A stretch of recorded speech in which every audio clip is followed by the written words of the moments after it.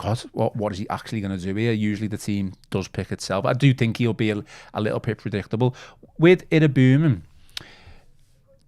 is it not a risk playing him? Don't get me wrong. I know he plays on form. I know, look, 20 minutes. He had 20 minutes and won a penalty. And I've been the first to praise him for his impact that he had. Is it not a risk for a player who drifts in and out of games, certainly fades? He might have his moments, but also, loses possession of the ball, can give the ball away at times. You just don't want that in the middle of the park against the Manchester City team. I think you need legs. And that's one thing he's got. He gets around the pitch. Well, I'll tell you what I'll do. Sorry to interrupt. And I need to think through this while we're live.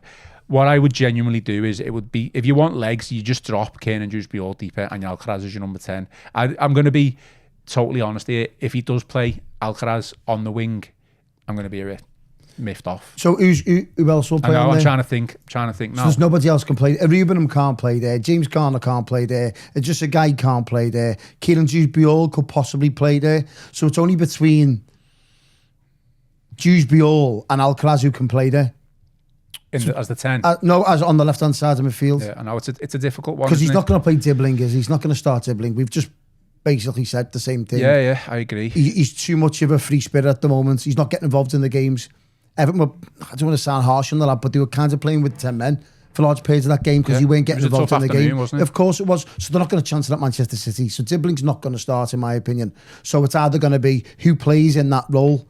If dribbling doesn't start and Grealish can't play against his parent club, who plays in that role? So it's either going to be Kieran Dewsbury, Dwight McNeil, or obviously Alcaraz.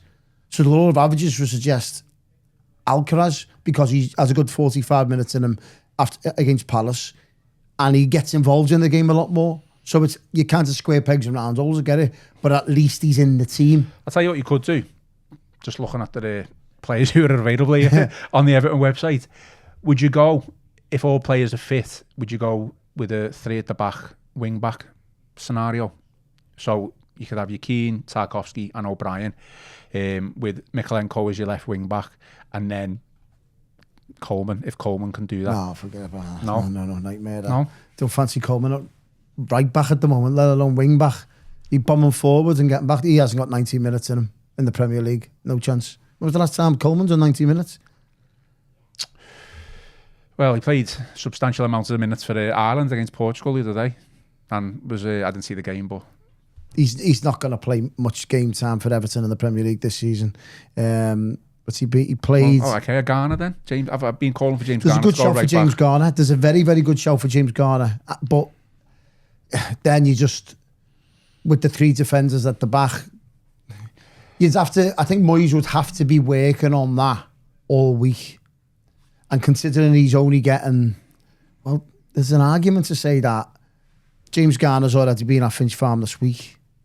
Tarkowski has, Michael Keane has, Jake O'Brien for Ireland, Mikalenko for the Ukraine.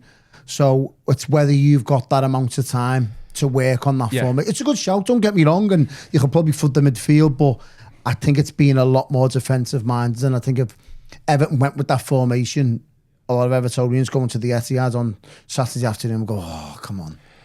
I mean, it's deemed as a negative approach, isn't it? You basically go not if Crystal Palace play. No, but that's what I mean. Like, maybe from our point of view, you would say 3 at the back, 5 at the back, whatever you think it is. You think, oh, well, we're going there just not to lose the game with not much of a shout to have any attacking threat.